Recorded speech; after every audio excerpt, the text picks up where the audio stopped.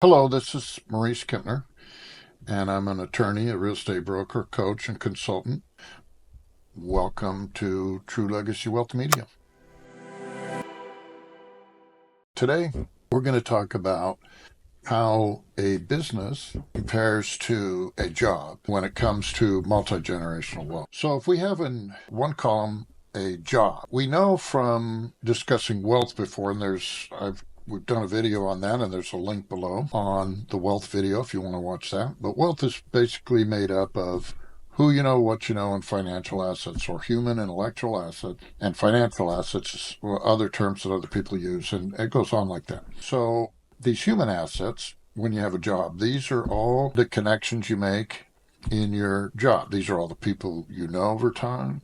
These are all of the connections you make in your industry. And this is the same if you're in business. And by business, I mean you could be a real estate investor, you can be a manufacturer, you can be an advisor like we do, you could, whatever it is, that's your business that you have, right?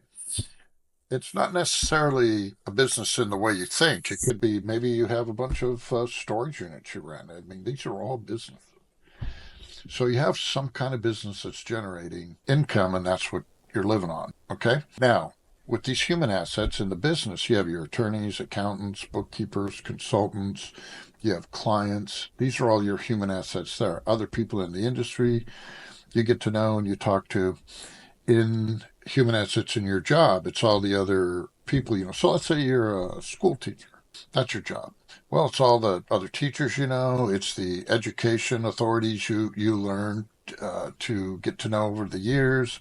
All these specialists and people like that, right? So those are your human assets in a job versus a business, right? Now, the intellectual assets are what you know, right?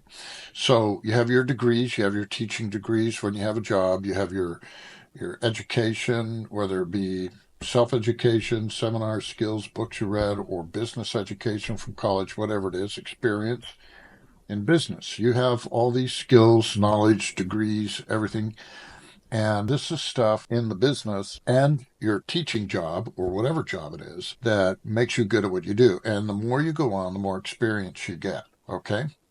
And the better you get at it, the more skilled you are. Maybe you're good with people. Maybe you're good at speaking, and that has to do with your profession. Maybe you're good at figuring out certain things, and that makes you a better teacher or a better business person. Then you have all the financial assets, right?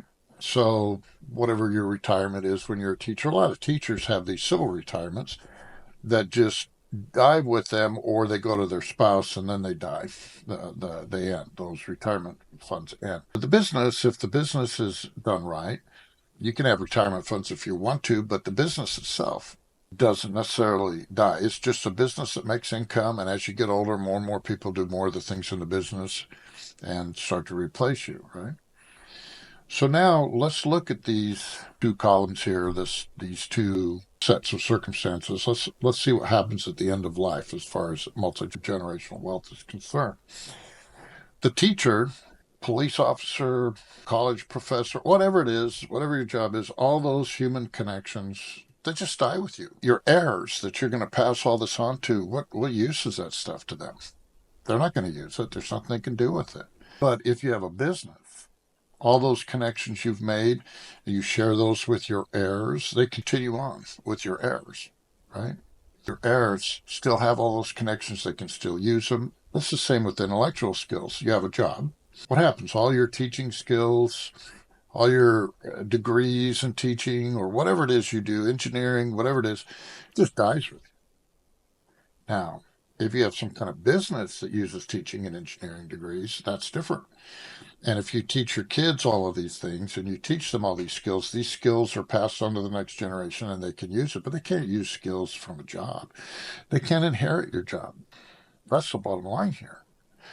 Now, let's look at financial assets. So you build up a retirement, maybe you pay off your home, you have these things, you send them down to your kid, right? And they just do whatever they do with them. Typically they'll pay some bills, go on a trip, stuff like that. When you send kids a business, financial assets that are related to a business, and you've given them human and intellectual assets that go with that business, then they they can continue the business into the next generation. They can continue the stream of income. They can continue this wealth into the next generation. Versus a job, typically what happens is all these kinds of assets, who you know, what you know, just die with you. And the financial assets, whatever there's left, just gets dissipated out to the heirs and ends. So these are the two differences. In conclusion, it's really hard for a job to pass on in any way to the next generation. There's just assets you accumulate, but how to manage those assets, how to use those assets, there's really nothing related to your job that will help those assets in any way in the next generation. And if you have a job and you learn about multi-generational wealth and you try to teach your kids about it and they get the wealth that's left over from your life of working in a job, then maybe you can do something there. But with a business or real estate or whatever it is that they inherit, with all your connections, with all your skill and everything that you've taught them that can pass on from you to the next generation, that's way more important than any financial assets that you can give them. Are these assets of who and what they know, or human and intellectual assets.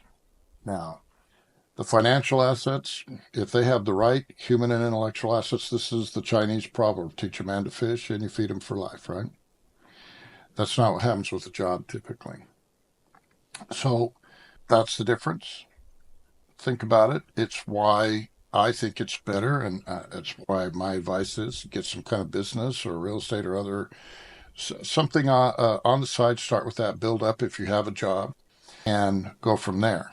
That's how multi-generational wealth begins. You really need to have some kind of a business, in my opinion, to have multi-generational wealth. If you really want to, if you're really committed to that concept and something you want to do, these are the reasons why it beats a job.